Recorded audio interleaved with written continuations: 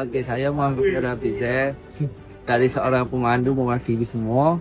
Saya mengucapkan terima kasih kepada pihak Express Perdana selama anugerahkan pekerja cemerlang bagi semua driver sudah membagi bantuan bonus untuk saya. Okey, terima kasih. Assalamualaikum, saya Nur Akila binti Azim. Saya dari Dawi Iman Express. Saya tak sangka dapat anugerah cemerlang, pekerja cemerlang. Terima kasih, Bos. Hai, Assalamualaikum. Saya Cik Nur Sahila binti Cik Seman. Saya daripada Darul Iman Express.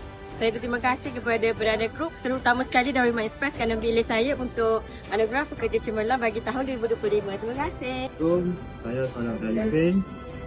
Ini mengucapkan ribuan terima kasih kepada Puan Jilani kerana memberi bantuan pada tahun ini, dan anugerah ini saya mengucapkan ribuan terima kasih kepada mereka kerana memberi pekerjaan kepada saya untuk terus berkhidmat dalam kereta Inadia Express.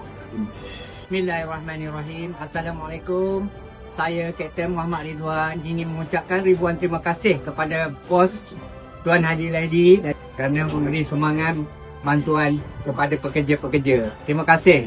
Assalamualaikum, saya Anwar Jaharan, Kawak Kelas 1 Perdana. Ingin mengucapkan jutaan terima kasih kepada Tuan Haji Laidi dan Kak Nak kerana peraturan ini dan juga hadiah yang kita ini itu anda terima kasih. Semoga Express Perdana terus maju di masa akan datang. Terima kasih sekali. Assalamualaikum warahmatullahi wabarakatuh. Alhamdulillah, majlis masyarakat umum dan juga anugerah pekerja cemerlang bagi tahun 2025 telah selesai hari ini.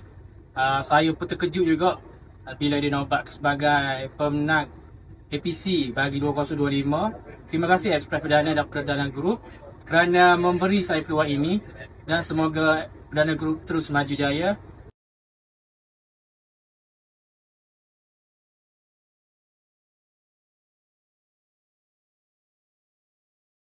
Group mengucapkan